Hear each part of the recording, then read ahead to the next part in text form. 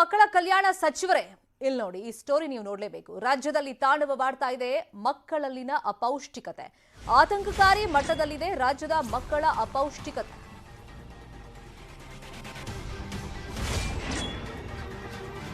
ಈ ಮಾಹಿತಿ ಸಿಕ್ಕಿರೋದು ಮಹಿಳಾ ಮತ್ತು ಮಕ್ಕಳ ಅಭಿವೃದ್ಧಿ ಇಲಾಖೆಯಿಂದಲೇ. ಸರ್ಕಾರ ಈಗ ಯೋಜನೆಗಳನ್ನ ಕೈಗೊಂಡಿದೆ, ಕ್ರಮಗಳನ್ನ ಕೈಗೊಂಡ್ರೂ ಕೂಡ ಪ್ರಯೋಜನ ಆಗ್ತಾ ಇಲ್ಲ. 6 ತಿಂಗಳಲ್ಲಿ 1,89,958 ಮಕ್ಕಳಿಗೆ ಅಪೌಷ್ಟಿಕತೆಯ ಸಮಸ್ಯೆ ಕಾಡಿದೆ. 1,80,130 ಮಕ್ಕಳಿಗೆ ಮಧ್ಯಮ ಪ್ರಮಾಣದಲ್ಲಿ ಅಪೌಷ್ಟಿಕತೆ ಇದ್ರೆ 9,828 ಮಕ್ಕಳಿಗೆ ತೀವ್ರತರವಾದ ಅಪೌಷ್ಟಿಕತೆ ಸಮಸ್ಯೆ ಕಾಡ್ತಾ ಇದೆ. ಇನ್ನು ಮೈಸೂರು ಹಾಗೇನೆ ಬೀದರ್ ಜಿಲ್ಲೆಯಲ್ಲೇ ಅತಿ ಹೆಚ್ಚಿನ ಅಪೌಷ್ಟಿಕತೆ ಮಕ್ಕಳಲ್ಲಿ ಕಾಡ್ತಾ ಇರೋದು.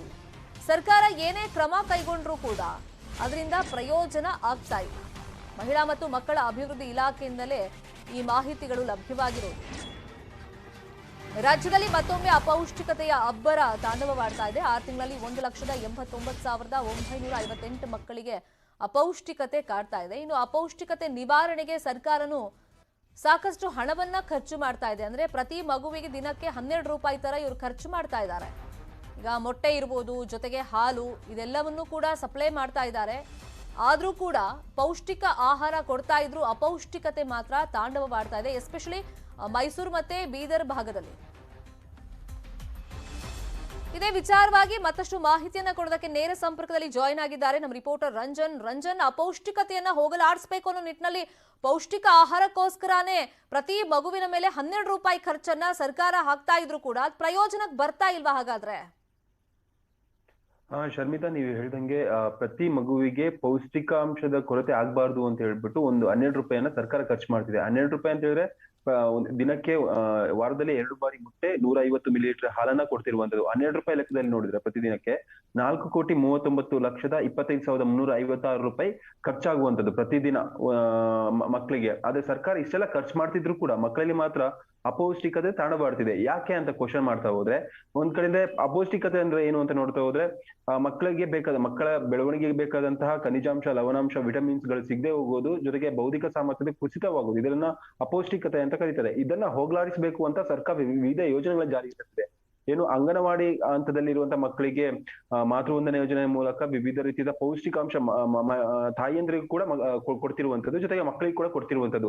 ಇನ್ನು ಶಾಲಾ ಹಂತದಲ್ಲಿ ಬಂದ್ರೆ ಮಕ್ಕಳಿಗೆ ಬಾಳೆಹಣ್ಣು ಇರ್ಬೋದು, ಹಾಲು ಇರ್ಬೋದು, ಚಕ್ಕಿ ಇರ್ಬೋದು, ಇಂತಹ ಮೊಟ್ಟೆ ಇರ್ಬೋದು, ಮುಂತಾದಂತಹ ಪೌಷ್ಟಿಕಾಂಶದ ಆಹಾರವನ್ನ ಕೊಡ್ತಿರುವಂತದ್ದು.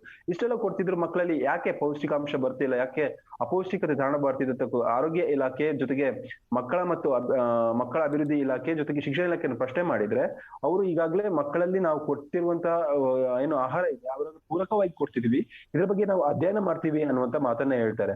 ಇದನ್ನು ಈಗ ಏನು ಪೌಷ್ಟಿಕಾಂಶದ ಕೊರತೆಯಿಂದ ಬಳಲ್ತಿದ್ರಲ್ಲ ಮಕ್ಕಳು, ಇದು ದೇಶದ ಭವಿಷ್ಯವನ್ನ ಸೂಚಿಸುತ್ತೆ. ಯಾಕಂತಂದ್ರೆ ಇಂದಿನ ಮಕ್ಕಳೇ ಮುಂದಿನ ಭಾರತ ದೇಶ ಭವ್ಯ ಪ್ರಜೆಗಳು ಅನ್ನುವಂತ ಮಾತನ್ನ ಸರ್ಕಾರನೇ ಹೇಳುತ್ತೆ, ನಾವೆಲ್ಲ ಹೇಳಿರ್ತೀವಿ. ಆದ್ರೆ ಮಕ್ಕಳೇ ಅಪೌಷ್ಟಿಕತೆಯಿಂದ ಬಳಲ್ತಿದ್ರೆ ಮುಂದಿನ ಭವಿಷ್ಯ ಹೇಗೆ ಅನ್ನುವಂತ ಚಿಂತನೆ ಕೂಡ ಕಾಡ್ತಿರುವಂತದ್ದು. ಜೊತೆಗೆ ಸರ್ಕಾರಿ ಶಾಲೆಗಳಲ್ಲಿ ನಡೆಸಿರುವಂತ ಈ ಸರ್ವೆ, ಇದು ಆಲ್ ಓವರ್ ಕರ್ನಾಟಕದಲ್ಲಿ ನಡೆಸಿರುವಂತ ಸರ್ವೆಯಲ್ಲಿ ಈ ಒಂದು ವಿಷಯ ಬಯಲಾಗಿರುವಂತದ್ದು. ಶಿಕ್ಷಣ ಇಲಾಖೆ ಈಗಾಗಲೇ ಇದ್ರ ಬಗ್ಗೆ ಮಾಹಿತಿಯನ್ನ ತೆಗೆದುಕೊಂಡಿದೆ. ಜೊತೆಗೆ ಆರೋಗ್ಯ ಇಲಾಖೆ ಜೊತೆ ಸಭೆಯನ್ನ ಕೂಡ ನಡೆಸೋಕೆ ಮುಂದಾಗಿರುವಂತದ್ದು. ಅಂದ್ರೆ ಯಾಕೋಸ್ಕರ ಇಷ್ಟು ಪ್ರಮಾಣದಲ್ಲಿ ಮಕ್ಕಳಲ್ಲಿ ಮಾಲ್ ನ್ಯೂಟ್ರಿಷನ್ಸ್ ಎದುರಾಗಿದೆ, ಇಷ್ಟೆಲ್ಲ ಯೋಜನೆಗಳ ಜಾರಿಗೆ ತರ್ತೀವಿ. ಜೊತೆಗೆ ಮಕ್ಕಳಿಗೆ ಕಬ್ಬಿಣಾಂಶದ ಕೊರತೆ ಆಗ್ಬಾರ್ದು ಅನ್ನೋ ನಿಟ್ಟಿನಲ್ಲಿ ಪ್ರತಿ ವರ್ಷ ಪ್ರತಿ 6 ತಿಂಗಳಿಗೊಂದ್ಸಲ ಕಬ್ಬಿಣಾಂಶ ಕೊರತೆಯನ್ನು ಹೋಗಲಾಡಿಸುವಂತ ಟ್ಯಾಬ್ಲೆಟ್ ಅನ್ನ ಕೊಡ್ತಿರುವಂತದ್ದು. ಈ ಎಲ್ಲಾ ಯೋಜನೆಗಳನ್ನು ಜಾರಿಗೆ ತಂದ್ರು ಕೂಡ ಅಧಿಕಾರಿಗಳು ಏನ್ ಮಾಡ್ತಿದ್ದಾರೆ ಅನ್ನುವಂತ ನಿಟ್ಟಿನಲ್ಲಿ ಶಿಕ್ಷಣ ಇಲಾಖೆ ಮತ್ತು ಆರೋಗ್ಯ ಇಲಾಖೆ ಸಭೆಯನ್ನ ನಡೆಸೋಕೆ ಮುಂದಾಗಿರುವಂತದ್ದು. Sharmita, fine, thank you Ranjan ತಮ್ಮೆಲ್ಲ ಅಪ್ಡೇಟ್ಸ್ಗೆ.